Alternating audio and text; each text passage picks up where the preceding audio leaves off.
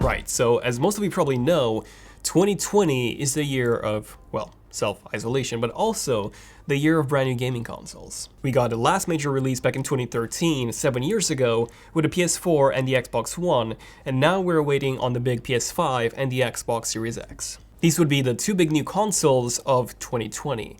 But then we also have Nintendo as the third player in the console gaming industry. Some of you might say that Nintendo's not really a player because performance-wise, the Nintendo Switch is far behind the PS4 and the Xbox One, not even to mention the PS4 Pro and the Xbox One X. And while this is indeed true, you cannot argue with the fact that the Switch has now outsold the Xbox One console, making the Switch the second best-selling console out right now, right after the PS4. So, the demand is definitely there, the interest from the gaming and even casual gaming community is also there, which makes me think. The Switch, this one, came out in 2017, 3 years ago, so while it is still technically in the middle of its life cycle, it is significantly underpowered when compared to even the PS4 and the Xbox One. And we've seen a ton of leaks that Nintendo is actually working on a Switch Pro.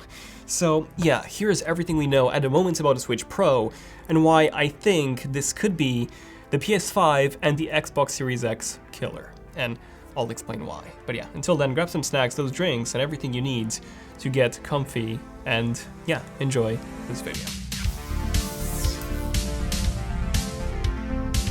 Okay, so this is the Nintendo Switch, and this is the Nintendo Switch Lite, and this is the Nintendo Pro Controller. You can probably tell that they all look very unique, and that's because they all have Easy Skins applied. Easy Skins offers affordable skins for your smartphone, tablet, console, laptop, and so much more. They have hundreds of different designs to choose from, so no matter what device and taste you have, you'll definitely find the perfect fit for you, pun intended. Easy Skins are designed and manufactured in the UK, and they also offer free worldwide shipping. So yeah, check out Easy Skins using the link below. Okay, so I'm gonna be honest, when the Nintendo Switch came out, I wasn't a fan at all. I really did like the idea of having a console that can be used in so many ways, from handheld to tabletop to having it connected to a TV, but I was not a fan of how underpowered this thing was. I kept comparing the graphics on the Switch to the ones on the PS4 and the Xbox One in third-party games, and yes, there is just no comparison. Fortnite, Witcher 3, while still playable on the Switch, they look significantly worse than on the PS4 and the Xbox One, reason why I was never really a fan, so I didn't get one. But then in late 2019, Apple launched Apple Arcade, which I signed up for the free trial for a month on my iPad. And when I was on the road and I was traveling, I gave it a shot, and it was good. It was pretty good. But the problem was that it was lacking any big AAA games, which made me think, what if I actually gave the Switch a try? So I bought my first Switch, this one, in late 2019, I believe it was November, yes, less than 6 months ago, and I simply fell in love with this. It felt amazing in the hand, the games were just unbelievable. Playing AAA games on the go is just something that you cannot do on anything else right now, unless of course you count game streaming, but unfortunately when you're traveling, the connection is usually pretty poor, so it's not really doable. But what sold me right away were the first party games: Link's Awakening, Pokemon Sword, Super Mario Odyssey, Animal Crossing. These were some of the best games I've ever played, and the fact that I could play these on the go, as well as on my TV, on the exact same device was absolutely outstanding. And the Switch has actually now become my favorite console ever. And we've seen a lot of leaks and rumors on Nintendo's upcoming Switch 2, or Switch Pro console. Nintendo has actually released two brand new consoles in 2019, one of them being a newer model of the original Switch, the one that I have right here. This is the second generation, with significantly improved battery life, while the other being the Nintendo Switch Lite, a brand new Switch, which was specifically designed for handheld play and does not support TV output at all. So it is pretty safe to assume that the next Switch would have some resemblance to the Switch Lite in terms of its design, and this is how we modeled our very own ZONEofTECH concept of the Nintendo Switch Pro, or Nintendo Switch 2. We thinned out the bezels considerably, to the point where they're even thinner than on the Switch Lite. The Switch Lite already had much thinner bezels when compared to the original Switch. So we modeled ours with a 7.3-inch display, up from the current 6.2-inch panel, but we kept the exact same form factor, the exact same thickness, the exact same height, the exact same width, just with thinner bezels and a larger display, thanks to that. Now, the current Switch has a plastic display, which is very easily scratchable. It's an LCD display, and the color reproduction is quite poor, so we've actually equipped ours with an OLED display, similar to what mid-range, even mid-range smartphones have today. We have a glass panel, which would be perfectly suitable for the Switch Pro. Now, the reason why this might be called a Switch Pro rather than a Switch 2 is because rather than this being the next generation Switch, it will be a spec bump to the current model, similar to what Sony and Microsoft has done with the PS4 Pro and the Xbox One X. It will have a higher price point, but it will offer more premium features that a current Switch isn't able to offer, such as higher frame rates and especially a higher resolution for games. We have seen reports that Nintendo is finally considering releasing a Switch with 4K output support, something that the PS4 Pro introduced back in 2016, 4 years ago. This also implies that we would very likely get a bump in the handheld resolution as well from 720p to at least 1080p. But here's the thing, even with a more powerful chipset, which I'll cover in just a second, it would be quite difficult for the Switch to be able to do 4K gaming, considering that it also needs to be a handheld console. And while yes, the handheld output would still just be 1080p, the Switch would require significantly more power when docked in order to be able to do 4K. So because of this, I wouldn't be surprised if Nintendo ends up implementing a GPU in the dock itself. I mean, this makes so much sense. Something like a Thunderbolt port and a dedicated GPU in the dock itself would easily solve all the performance issues that we had with the original Switch. This way you can still have a very good handheld experience in 1080p, but then you also get massively improved visuals in full 4K the moment you dock the console in. At the moment on a current Switch, aside from a bump in resolution from 720p to 1080p, there isn't that much that you're getting by docking the console. A dedicated GPU in the dock itself would solve this issue. Now, speaking of the actual specs, we've seen reports that Nintendo and Nvidia are actually working together in order to develop the new CPU and GPU for the next generation Switch. As you probably know, the current Switches, they both use Nvidia's Tegra X1 processor, which is an extremely weak SoC, or system on a chip, which contains both the CPU and the GPU. It was developed in 2015, 5 years ago, originally for the Nvidia Shield TV Smart Box, which in 2019 actually got upgraded to the new Tegra X1 Plus chip. The X1 Plus is about 25% more powerful than the original X1 from 2015.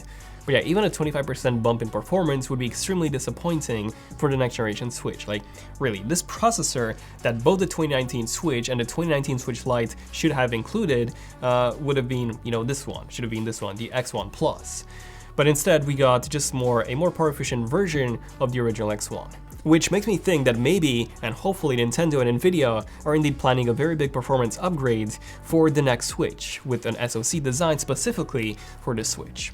Essentially, when the Switch was launched, Nintendo didn't really know how well it was going to sell, especially after how disastrous the Wii U was. So instead of creating a custom chip, they just repurposed the best mobile processor that Nvidia had, which at the time, it was the 2-year-old Nvidia Tegra X1. But considering how well the Switch has done in terms of sales, it is extremely likely that the reports that say that Nintendo and Nvidia are working together on a custom processor are indeed correct. Japanese website Gamepedia reports that the RAM would actually be doubled to 8GB compared to 4, like we have now, and then the storage would also be bumped to 128GB, up from the current 32GB. Personally, I don't think that a storage was ever an issue, because you could indeed expand the storage via microSD card, but you couldn't really do anything in terms of the display or, in terms of the performance. And a new report from Digitimes claims that a Switch Pro would enter mass production in Q1 2020, which is literally just now. But this is likely not the case anymore given the recent outbreak throughout the world, so everything is getting delayed. So yeah, definitely not happening in Q1 2020. Also considering Digitimes' track record, it hasn't really been perfect in the past, so yeah, definitely take this with a very big grain of salt, or I would actually dismiss it. Speaking of this, by the way, Nintendo themselves have indeed confirmed that there will not be any new Nintendo console in 2020. So the Switch Pro would very likely release in early 2021 rather than 2020, mostly because it just won't be able to compete with the PS5 and the Xbox Series X, at least when it comes to the raw performance. Another report claims that Nvidia is working with Nintendo on developing a new SoC on their brand new Volta architecture. This might sound like, it's something completely revolutionary, but fun fact, Volta is actually quite old. It was released in 2017, and it was actually replaced by Turing, and it will soon be replaced by Ampere. I wouldn't be surprised if Nvidia ends up using an older architecture again, but given the success of the Switch, it would make more sense to design something that's at least set in the present when it comes to raw performance. Oh, and Nintendo also showed us the trailer for Legend of Zelda Breath of the Wild 2. But they haven't really said anything about a potential release date. I would expect Breath of the Wild 2 to launch at the same time as the brand new Switch. This way they can promote the capabilities of the new console with the game while also promoting the game itself. Speaking of games, backwards compatibility has been reported numerous times, and I think it will indeed happen. Like, I wouldn't expect otherwise. The PS5 and the Xbox Series X will both support current generation games, while the Xbox will go as far as supporting Xbox 360 and even original Xbox games. Yeah, not supporting Nintendo Switch games, especially considering that this will be the Switch Pro rather than the Switch 2, is looking extremely unlikely. Now, something interesting that I was not expecting to see is that Sony was actually surveying their users on remote play support for the Nintendo Switch. I don't think any reasonable person would say no to this. In case you don't know what remote play is, it's essentially a way of allowing you to stream your PS4 games onto, for now, a smartphone. So if you have a smartphone, iOS or Android, you can actually download remote play, but you couldn't do this on the Switch. And especially on the Switch, this would be amazing because obviously you have, the actual controls on the console itself, and you don't have to use touchscreen controls. So yeah, really looking forward to that. We could start seeing this by the end of 2020. It's not really a leak regarding the next generation Switch, but I really wanted to mention it because this is something that could be a game changer for many, many players. Now, one of my complaints with the original Switch was that it was quite uncomfortable to use in handheld for long periods of time, which in my case, anything over 20 minutes felt quite uncomfortable. This was indeed fixed with the Switch Lite, but it does remain an issue on the regular Switch. You can indeed buy some grip attachments to solve this, but they only end up making the console thicker and heavier. With the Switch Pro, we've actually modeled our concept, as mentioned before, as a mix between the Switch Lite and the regular Switch. So aside from the display, we've also replaced the arrow keys with a proper D-pad, just like on the Switch Lite. We made the joysticks a bit larger and also applied the same color options as we have on the Switch Lite. A single color for the entire device, but Joy-Cons would still be removable and replaceable in case you do want to make it look a bit more unique. But in the end, this is how the Switch, the next Switch, is looking to be. So a brand new version of the Switch with a brand new CPU, a brand new GPU, both based on a newer and more modern architecture from Nvidia, and finally capable of doing 4K gaming when docked. And of course with some elements from the Switch Lite, like the larger display, thinner bezels, and also the D-pad that I mentioned before. If you think about it, Nvidia actually needs this more than Nintendo does. They're doing quite well in the laptop and the PC space, but AMD is actually fully taking the console space, as both the current generation PS4 and the Xbox One, as well as the next generation PS5 and the Xbox Series X, they're all running on AMD hardware. Nvidia has to release something groundbreaking for this new generation Switch. But yeah, let me know in the comments what do you guys want to see in the next generation Switch, and what features did you find missing from the original Switch, and also why not the Switch Lite as well. If you want to support the channel and also videos like this one, then definitely consider becoming a member by hitting the join button down below. And also make sure you hit the subscribe notification so that you get notified whenever a brand new in-depth tech videos like this one comes out. But yeah, this was pretty much it for this one, so thank you for watching. I'm Daniel, and I'll see you guys in the next one. ZONEofTECH, signing out.